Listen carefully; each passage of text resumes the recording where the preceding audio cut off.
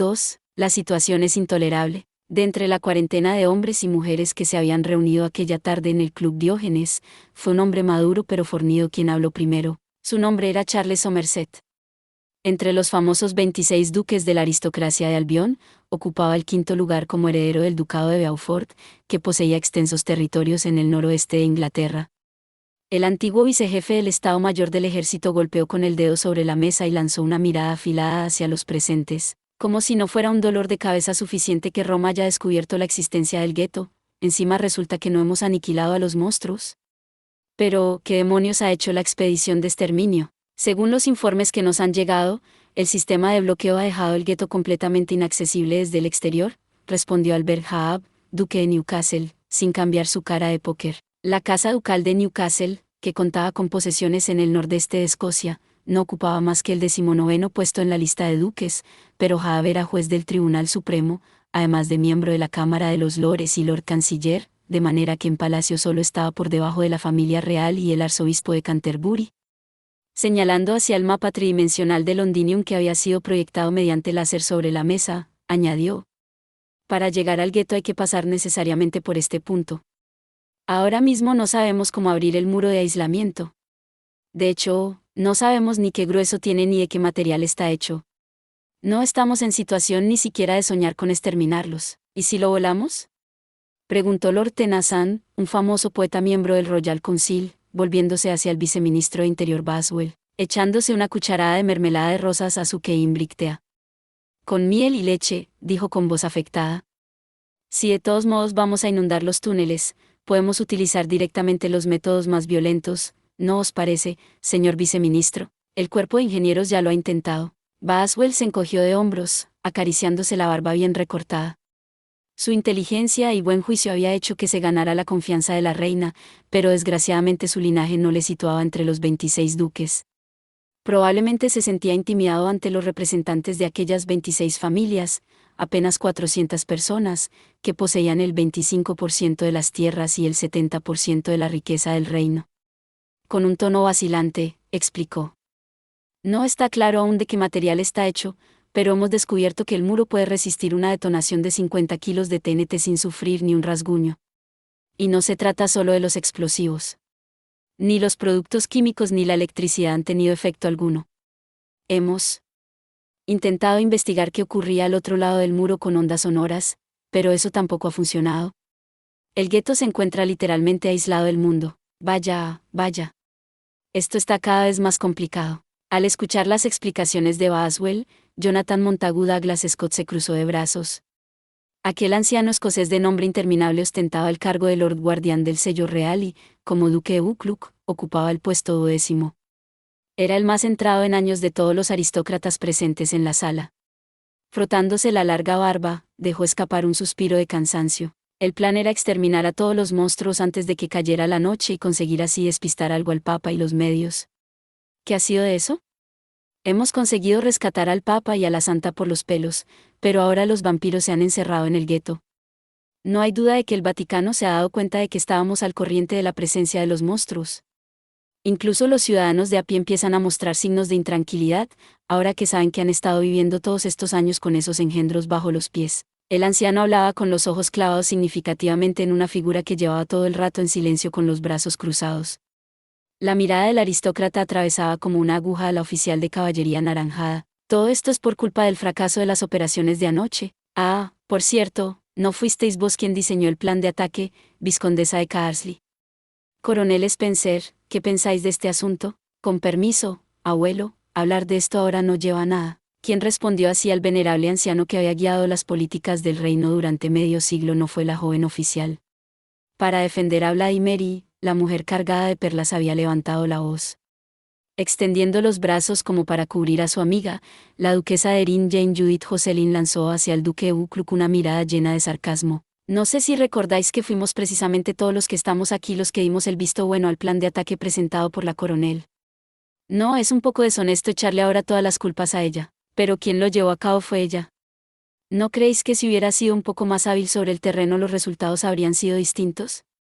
Intervino entonces Harvey Campbell, de la Casa Ducal de Argyll, 13ª de la lista, aquel gran terrateniente galés, que controlaba también varios periódicos y emisoras de radio, había hecho una vez una propuesta de matrimonio a la duquesa de Erin, pero ésta lo había rechazado.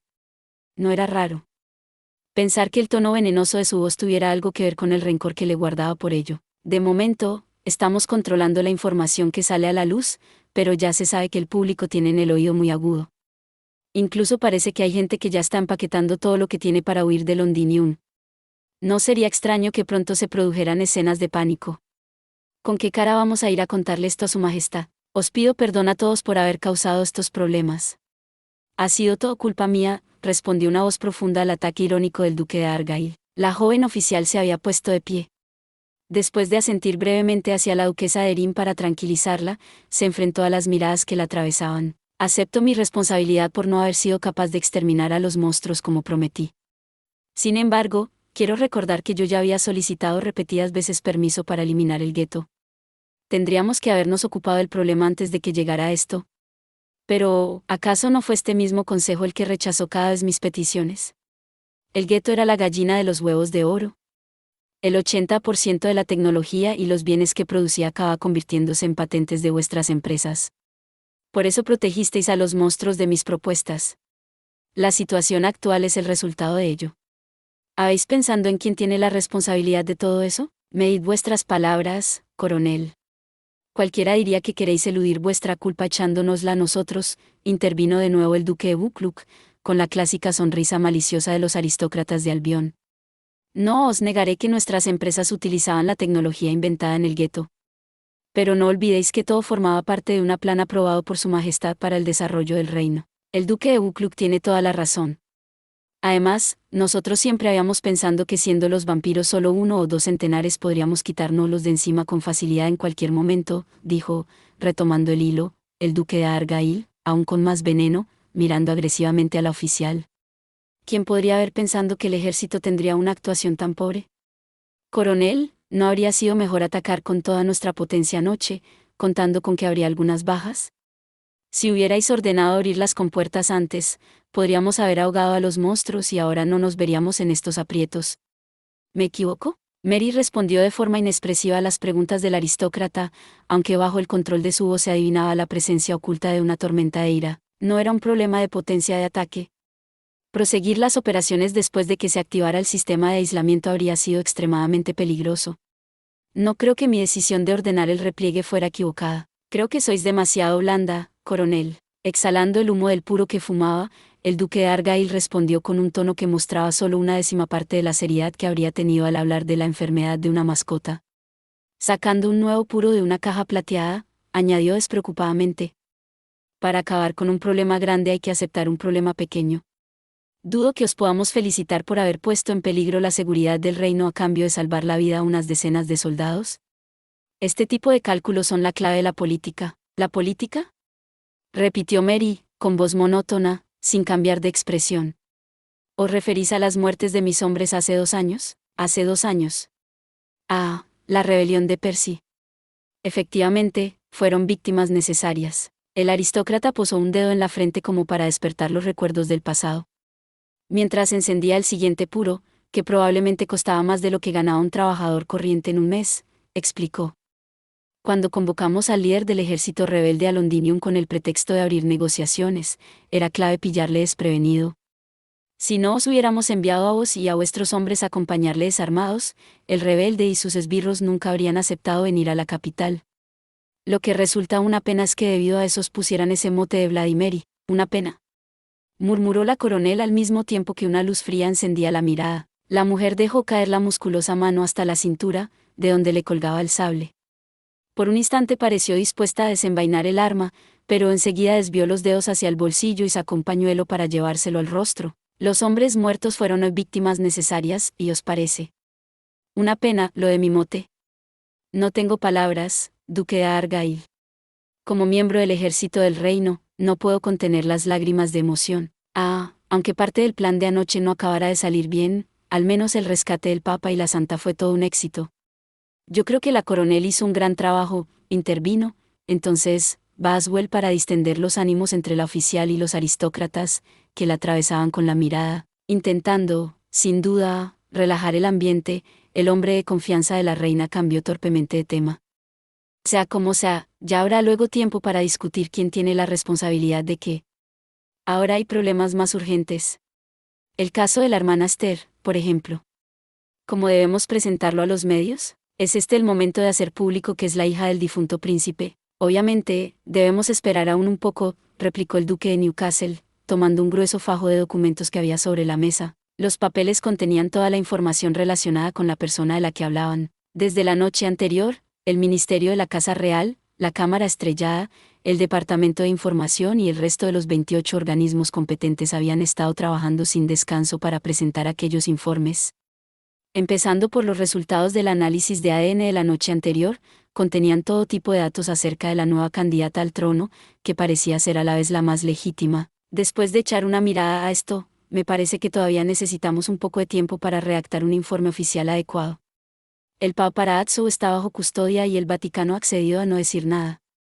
No veo qué necesidad hay ahora de apresurar las cosas. ¿Por qué no esperar al informe final del Ministerio de la Casa Real? Además todavía falta saber qué intenciones tiene la propia Esther Blanchett, la princesa Esther, comentó Sir Bruce Churchill. El joven heredero de la Casa Ducal de Marlborough, que acababa de graduarse en la universidad, miró a su alrededor en busca de la aprobación de los presentes. No es imposible pensar que decida renunciar a sus derechos de sucesión a la corona, considerando que ha vivido hasta ahora completamente ajena a los asuntos de la corte. Aunque el informe se complete antes, ¿no sería mejor esperar a conocer sus intenciones y después decidir si conviene hacer pública su condición de princesa? Si no somos cuidadosos, eso puede traer problemas mucho mayores. El duque de Marlborough tiene razón. Una figura que combinara la santidad con la sangre real sería demasiado poderosa en la imaginación popular. Si renuncia a la sucesión, ¿no se producirá solo el pánico general? En el peor de los casos, podemos encontrarnos con una rebelión.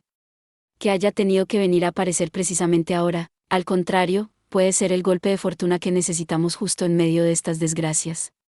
Su presencia puede hacer que el pueblo y el Vaticano se olviden del resto de los problemas. 25 de los duques empezaron a discutir entre ellos, intercambiando opiniones acerca de los beneficios y los peligros que esperaban a Albión y a sus propias casas, buscando entre todos el camino que debían seguir. Solo una persona, la primera entre aquellos aristócratas, se volvió con cara de desinterés hacia la amiga que tenía sentada al lado. Hablando del tema, ¿qué vamos a hacer con la cría, Mary?, preguntó la duquesa de Erin sin intentar ocultar un enorme bostezo. He oído que anoche la sacaron del gueto y la llevaron al hospital. ¿Sabéis dónde está y qué hace ahora? Ahora mismo está en el Palacio de Windsor, para mantenerla alejada de los medios. El palacio al que se refería la oficial se encontraba a unos 30 kilómetros al oeste de Londinium. La coronel no había cambiado de expresión, pero de la mirada había desaparecido el frío brillo que había tenido cuando se había enfrentado a los aristócratas. Mary respondió con el tono distante de siempre a la pregunta de su amiga. Los informes médicos no mencionan ningún rastro de que sufriera violencia o fuera mordida por un vampiro. He oído que se ha encerrado en la capilla y no sale allí. Eso no sería un problema, claro está, si no fuera porque se niega a comer ni beber nada. Vaya, vaya. Para ser nieta de la reina Brigitte nos ha salido muy delicada. Pero, ¿en la capilla? Ah, por el cura, dijo Jane, poniéndose el dedo en los labios como pensando algo. Es una pena. Se ha muerto, ¿verdad? Pero, entonces, ¿esos dos estaban liados? Si está tan triste que no quiere ni comer, solo puede ser eso, ¿no? No lo sé. Lo que está claro es que estaban muy unidos. Pero es un poco raro. Pensaba que Esther era más fuerte. Me decepciona un poco que se encierre así, lloriqueando porque se le haya muerto un amante. Será mejor que no le apliquéis vuestros estándares, Calamity Jane. Ella parece mucho más normal. No todo el mundo es tan duro como vos. Bueno, hablando de gente dura, ¿hay alguien más dura que Vladimir? Y la reina, si no fuera dura no podría hacer todos esos chanchullos en los que siempre anda metida. Pensándolo bien, a esa mocosa no le pega demasiado sentarse en el trono. Sin cambiar de pose, Jane movió los ojos con aire travieso. Paseando la mirada por los nobles que la rodeaban, añadió. La aristocracia, los medios, el Vaticano, el reino germánico, esos sí que son nidos de monstruos. Comparado con ellos, el gueto es un juego de niños. A esa niña se la comerán viva si la ponen en el trono. Parece un papel demasiado difícil para ella. Es posible que tengáis razón, asintió la coronel, observando a los aristócratas como si estuvieran muy lejos de allí. La discusión que recorría la mesa había pasado del caso de Esther a las sospechas relativas al reino germánico. Después de que le rescataran, el Papa había declarado haber sido víctima de un intento de asesinato junto al río. El terrorista seguía en paradero desconocido, pero la investigación había determinado que el arma que había utilizado era la misma con que se equipaba las fuerzas especiales del ejército germánico. Boswell discutía con los duques si aquello era suficiente razón para pedirle responsabilidades al embajador germánico. El duque de Newcastle negaba con la cabeza ante los gritos de los duques de Argyll y Beaufort, dos conocidos halcones, asusados por el duque de Norfolk, enemigo tradicional del de Newcastle. Y el palacio, eso sí que es un pandemonium, comentó Mary, sacando un cigarrillo, mientras observaba las vivas discusiones de los hombres que había a su alrededor. No es lugar para una persona íntegra. Esther misma debe saberlo. Jane, la única capaz de ocupar ese trono sois vos, no sé. Creo que me pega más el papel de bruja malvada que manipula a su gusto a una inocente reina. Me dan escalofríos solo de pensar en tener que vivir una vida decente de cara al pueblo. La expresión de la duquesa mostraba el sincero disgusto de alguien de espíritu libre, como se la conocía popularmente. Desde que habían aparecido las sospechas de que el reino germánico había intentado asesinar al Papa, la más apta candidata para el trono parecía ser ella, pero el problema era que ni los aristócratas ni el Vaticano la tenían en muy alta estima. En sus dominios de Erin, había demostrado que tenía buenas capacidades de gobernante, pero para muchos habitantes de Albión era la reina del país vecino. No era difícil que ascendiera al trono, pero una vez allí podían preverse muchos problemas. Ella misma lo sabía muy bien, como demostraba la mirada que dirigió a su amiga. Mary, la persona perfecta para el trono sois vos. ¿Qué más de que seáis hija ilegítima? Nadie ha trabajado más que vos por el bien del país. Mientras esta panda de vejestorios estaba aquí rascándose la barriga, vos erais la única en el campo de batalla, ensuciando las manos. Que a alguien tan sacrificado como vos le hayan puesto el mote de Vladimir. Por mucho que sea santa o que sea realmente princesa, yo os daré todo mi apoyo a vos antes que a cualquier otra persona. Debéis ser vos quien os convirtáis en reina. Gracias, Jane. La oficial devolvió con serenidad la mirada a su amiga, que estaba seria como pocas veces. Mary tenía en los ojos un ápice de pena. ¿O era solo un efecto del brillo de la mesa? Pero sabéis muy bien que yo tengo las manos manchadas de sangre. La sangre de mis enemigos y la de mis propios hombres. ¿Creéis que dejarán que estas manos ensucien la corona? Yo no podré sentarme nunca en el trono de las rosas. Con permiso. Una voz masculina acompañada de unos golpes en la puerta interrumpió la conversación de las dos amigas. Ante un mar de miradas acusadoras, un botones del club entró apresuradamente en la sala. Al tiempo que le entregaba un papel a Boswell le susurró algo en el oído que hizo que el viceministro tensara inmediatamente el rostro. Acaba de llegar un comunicado de Palacio. Después de indicar al botones que saliera de la habitación, Boswell empezó a leer el papel con voz inexpresiva.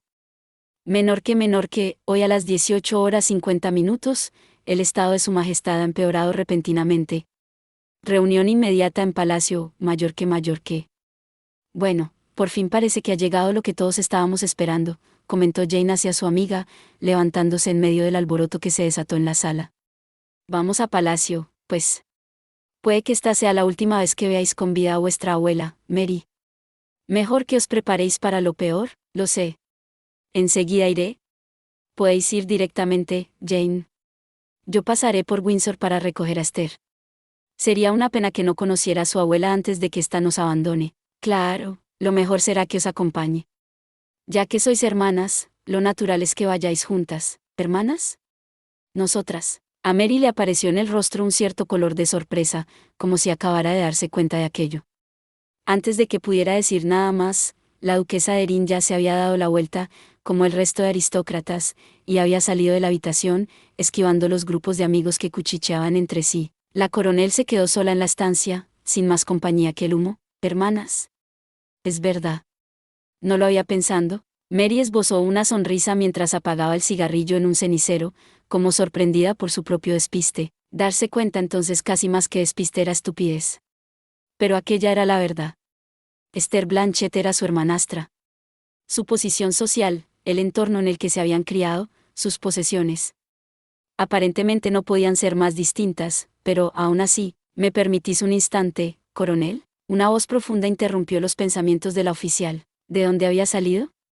En la penumbra de la sala no se veía nadie más. Los empleados del club también habían desaparecido. Sin embargo, Mary no pareció extrañada y respondió como si tuviera a su subordinado delante. Ah, sargento Ironside. ¿Estáis con el soldado de primera Cunningham? He oído que le han herido en los subterráneos. Bueno, una rosadura en la mano, pero no es nada, replicó una voz ronca, distinta de la primera, con tono de aguantarse el dolor. Ha sido por un descuido mío. Pero la operación ha transcurrido sin problemas. Bien, eso es lo más importante. Precisamente quería preguntaros algo. Sargento Jack Ironside, soldado de primera Cunningham. ¿Sabéis a lo que me refiero? El caso de la hermana Esther. Mirando el cigarrillo aplastado en el cenicero, a Mary le apareció una luz cortante en los ojos. Sin más compañía que las sombras, dijo con voz brusca. Os dije que le pusierais la mano encima. Mis órdenes fueron simular un intento de asesinato del Papa y la Santa a manos del reino germánico. No recuerdo haber dicho nada de asesinarla realmente. En efecto, tenéis razón. No recibimos ninguna orden al respecto. Respondió con seguridad la voz, sin perder su tono educado. Fue por iniciativa propia que pensamos en eliminar a la princesa Esther en el gueto. Nos pareció que sería la ocasión perfecta de librarnos de ella y fingir que había sido un accidente. ¡Idiotas! El grito vibró en la habitación como un látigo de hielo a la vez que Vladimir golpeaba con violencia la mesa. ¿Quién os ha dado permiso para ignorar mis órdenes? ¿Es que no lo entendéis? Por esto os puedo enviar a un consejo de guerra. Os puedo procesar por alta traición. Consejo de guerra. Si su excelencia lo ordena, aceptaremos cualquier castigo. La primera voz se había quedado en silencio, como atemorizada, pero fue la voz ronca la que tomó el relevo, con un tono brusco aunque triste a la vez. Pero me permito recordaros que nosotros ya estamos muertos. No sé si un consejo de guerra procesará a unos muertos. Al oír la palabra muertos, la ira que desprendía la oficial se suavizó un poco. Con el ceño fruncido, intentó controlar su voz. Bueno, ya pensaré luego cómo ocuparme de eso. Pero, ¿por qué? ¿Por qué se os ocurrió eliminar a Esther Blanchett? Obviamente, para proteger vuestro derecho al trono. ¿Mi derecho? ¿Qué queréis decir? Nada más y nada menos que eso. Esther Blanchett es hija de la princesa Victoria y, como tal, es la heredera legal del trono. Pero eso no quiere decir que tengamos que dejar pasar a esa mocosa salida de Dios sabe dónde por delante de vos. Eso es lo que nos llevó a actuar por nuestra cuenta. Aprecio vuestra preocupación. Pero, ¿habéis pensando que aún me quedan dos enemigos poderosos? Prosiguió Mary, todavía sin mostrar ni un atisbo de emoción ante la fidelidad de sus hombres. El rey germánico y la duquesa de Erin. Mientras sigan vivos, podré usar a Esther contra ellos. Sin embargo, una vez muerta no es más que un cadáver que no me sirve para nada. Ahora entiendo vuestro plan, excelencia. Perdonad nuestra falta de perspicacia, respondió, llena de admiración, la voz del hombre invisible. Comprendido. No le pondremos las manos encima a partir de ahora. Pero dejadme decir solo una cosa, coronel. Si Esther llega al trono por delante de vos, tomaremos la iniciativa de manera independiente. Para nosotros ese trono no puede ser ocupado por nadie más que por vos. Jack tiene razón, coronel. Y no solo nosotros pensamos así, todos los que han luchado bajo vuestro mando nos apoyan. Las voces de los hombres resonaron llenas de decisión, respetuosas pero sin vacilaciones. Esa mierda de aristócratas no hace más que engordar a nuestra costa. Se pasean por la ciudad bamboleándose como cerdos. Mientras ellos pasan el tiempo libres de cuidados, nosotros nos hemos ensuciado las manos de polvo y sangre en el campo de batalla. Solo vos podéis ocupar el trono de este país. ¿Vos habéis sacrificado vuestra dignidad y vuestro honor por el país? No permitiremos que nadie más se ponga la corona. Nosotros dos y el resto de la legión lucharemos contra quien sea necesario. Aunque sea vuestra hermana, sois unos. Mary escuchó las apasionadas palabras de sus subordinados con expresión de dolor. Después de mantener un rato los ojos fijos en la sombra que proyectaban los candelabros, dejó escapar un suspiro. Gracias, murmuró con labios pálidos y mirada perdida. Gracias de verdad. No merezco esas palabras. Precisamente yo, que soy la culpable de vuestra muerte. Os lo agradezco sinceramente. Pero, ¿qué decís, coronel? Los culpables de la suerte del regimiento 44 durante la rebelión de Percy fueron los aristócratas que se pavoneaban ahí hace un rato. La coronel fue una víctima de sus intrigas, como todos nosotros, pero si no hubiera confiado en ellos. Si no hubiera accedido a su plan de convocar a Percy a Londinium para las negociaciones. Todo fue por culpa de mi inexperiencia. Lo pasado, pasado está, coronel. No tiene sentido que os atormentéis por ello ahora. Dediquemos las energías a pensar en el futuro. Replicó la voz con tono cálido, haciendo que Mary volviera al presente. ¿Cuál va a ser nuestro próximo movimiento? Probablemente anunciarán el derecho al trono de la hermana Esther, bueno, de la princesa Esther, esta noche. En tal caso, parece seguro que recibirá la corona. ¿No será eso un problema para nuestro proyecto? Nuestros agentes ya han empezado a moverse en las provincias. Si no conseguimos que su excelencia suba pronto al trono, todos nuestros planes se verán afectados. Está claro que Esther es la heredera legítima. Al oír la palabra corona, un relámpago brilló en la mirada de la oficial, y la sombra de dolor le desapareció del rostro. Poniéndose firme como un soldado que hubiera avistado al enemigo, añadió con dureza. Pero eso no quiere decir que vaya a ser ella quien suba al trono. Quien lo decidirá no serán los lores, ni los aristócratas, sino la propia hermana, la propia Lady Esther. De sus intenciones depende el desarrollo del proceso. Nadie dudaba de que en la carrera hacia el trono, Esther tenía toda la ventaja. Para empezar era la santa de Istvan. Si a su imagen heroica de ejecutora de vampiros se le añadía el hecho de que era la princesa que tanto tiempo se había creído muerta, era seguro que el pueblo la apoyaría con pasión. Y entonces, los aristócratas se apresurarían a respaldar su candidatura con intención de manipularla a su gusto. Pero, ¿y si ella no quería la corona? El derecho de sucesión era, literalmente, un derecho y no un deber. Nadie podía forzar a una persona a subir al trono contra su voluntad. ¿Desearía realmente aquella muchacha convertirse en reina, si no quisiera la corona? Entonces, la carrera hacia el trono empezaba desde cero. Poniéndose otro cigarrillo en los labios, Mary calculó en silencio las posibilidades de sus rivales. Jane no contaba con el apoyo de la aristocracia del reino y ella misma no parecía muy interesada en el trono. Por otra parte, Ludwig, el germano, estaba en la peor situación posible gracias a las noticias del intento de asesinato del papa que Mary había preparado. Respecto a su condición de hija ilegítima, Mary le daba menos importancia, especialmente después de haber conseguido un arma de presión tan poderosa contra el Vaticano. La noche anterior, Mary había visto con sus propios ojos cómo el papa protegía a un vampiro. Además, el mismísimo director de la Inquisición había vuelto las armas contra el ejército de Albión y había provocado que la operación fracasara. ¿Qué sería del Vaticano si aquello salía a la luz? Petrus estaba aún inconsciente en el hospital, pero tenían una grabación de todo lo que había hecho, y la hermana Paula ya había sido informada. Con toda seguridad, las oficinas del cardenal Medici en Roma estaban alborotadas como nunca. A más tardar, le enviarían un telegrama aquella misma noche. Pese a todo, la posición de Mary no dejaba de tener sus puntos débiles. Las acciones de su madre, la vizcondesa de Carsley, 18 años atrás, eran su talón de Aquiles. La coronel había tenido que actuar con mucho cuidado durante aquellos meses para ocultar la verdad acerca de lo que se conocía como el caso Witte. Había destruido los documentos secretos conservados en los archivos del palacio y se había encargado de vigilar de cerca a los testigos presenciales supervivientes. Mary se había enfurecido como nunca cuando sus hombres habían empezado a asesinar a los testigos, pero al final habían sido capaces de simular que se trataba de una serie de crímenes perpetrados por un psicópata. Las cosas marchaban viento en popa, hasta que la aparición de Esther lo había puesto todo patas arriba. Boswell y su amigo Wordsworth parecían cada día más interesados en reabrir la investigación del caso. Sí se olían lo que había estado haciendo con las pruebas y los testigos no solo perdería sus posibilidades de acceder al trono, sino que se vería en serios problemas. Antes de que pasara algo así, tenía que hacerse con la corona y cerrar el caso definitivamente. Todo depende de sus intenciones. Lo mirara por donde mirara, la clave estaba siempre en la actitud de Esther. Si lograba que renunciara públicamente a la corona, el camino de la oficial al trono estaría libre de obstáculos. Una vez que fuera reina, podría poner en marcha sus otros planes. Los sueños que había guardado en el corazón durante más de 10 años y que cambiarían el reino de Albión. Por cierto, a Ironside, Cunningham, ¿qué habéis venido a hacer?, preguntó, de repente, la coronel hacia el vacío. Os había pedido que estuvierais a la espera hasta nueva orden. ¿Qué hacéis aquí? La verdad es que ha surgido un problema y hemos pensado que sería mejor que lo supierais enseguida. Esta mañana el Dr. Wordsworth ha hecho llegar una solicitud a la Oficina de Asuntos Militares.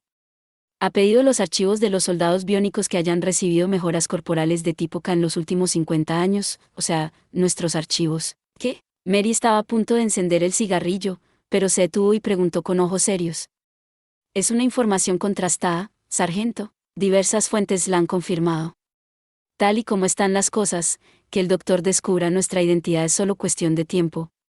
En el peor de los casos, podrías tirar el hilo hasta vos misma, coronel. Vaya, el doctor Wordsworth, suspiró Mary, algo más pálida. La coronel se quedó pensando unos instantes, y finalmente encendió el cigarrillo y lanzó una bocanada de humo, diciendo: quizá un cerebro como el suyo podría haberme servido en Palacio. Qué lástima. La única opción que tenemos es eliminar el problema. Comprendido. Dejad que nos encarguemos nosotros de ello. Nuestros camaradas de las Fuerzas Aéreas ya están en marcha. En una hora os informaremos del resultado. Muy bien, cuento con vosotros. Yo tengo que ir a un sitio. ¿A dónde, coronel? A Windsor. Antes de ir a Palacio recogeré a Esther, a mi hermana. La coronel pareció dudar antes de pronunciar la última palabra de la frase. Después de apagar el cigarrillo en el cenicero, se puso en marcha con pasos regulares. Aprovecharé la ocasión para preguntarle por sus intenciones respecto al trono. Si no quiere ejercer su derecho de sucesión, el Consejo de Duques ha decidido no hacer pública su verdadera identidad. Antes de que hable con ellos, quiero ayudarla a decidirse. Según cómo vayan las cosas puede que haya cambios en nuestros planes. ¿Está preparados para recibir instrucciones en cualquier momento? ¿De acuerdo? Solo quiero saber una cosa, Excelencia, ¿de qué se trata? Si vuestra hermana decide aceptar la corona, entonces, considerando cómo es, no creo que tengamos que preocuparnos por eso, respondió Mary con la mano en el pomo. La coronel dudó un momento antes de seguir, algo raro en ella, que siempre parecía a punto de responder ante cualquier cosa al instante, y finalmente dijo: si ocurriera algo así, tendría que tomar una decisión según las circunstancias. En cualquier caso, seguro que voy a necesitaros. Mary no especificó qué quería decir aquella decisión y aquellas circunstancias. Después de comprobar que sus interlocutores habían desaparecido, abrió las puertas de par en par. Mi hermana, repitió Vladimir mientras se ponía el abrigo que le había traído uno de los botones del club. Aún no acababa de creérselo del todo, pero aquella joven pelirroja era su hermana. Para ella, que siempre había permanecido en la sombra, que había perdido a su madre tan pequeña y que casi no había visto a su abuela, era quizá su pariente más cercana, aunque solo compartieran padre. Pensándolo así, no podía sino desear que las circunstancias no la obligaran a tomar ninguna medida contra su hermana menor. La coronel elevó la mirada hacia la araña del techo, como si quisiera dirigirse al cielo. Claro estaba que no tenía mucha confianza en que nadie escuchara las plegarias de una persona tan poco favorecida por los hados. Eso es todo por este video. Espero que hayas disfrutado de la narración de esta emocionante novela web o ligera. Si te gustó el video y quieres ver más contenido como este, te invito a que te suscribas y le des me gusta al video. De esta manera, me ayudas a crecer y a seguir compartiendo historias emocionantes contigo. No te pierdas ningún video más. Gracias por tu apoyo.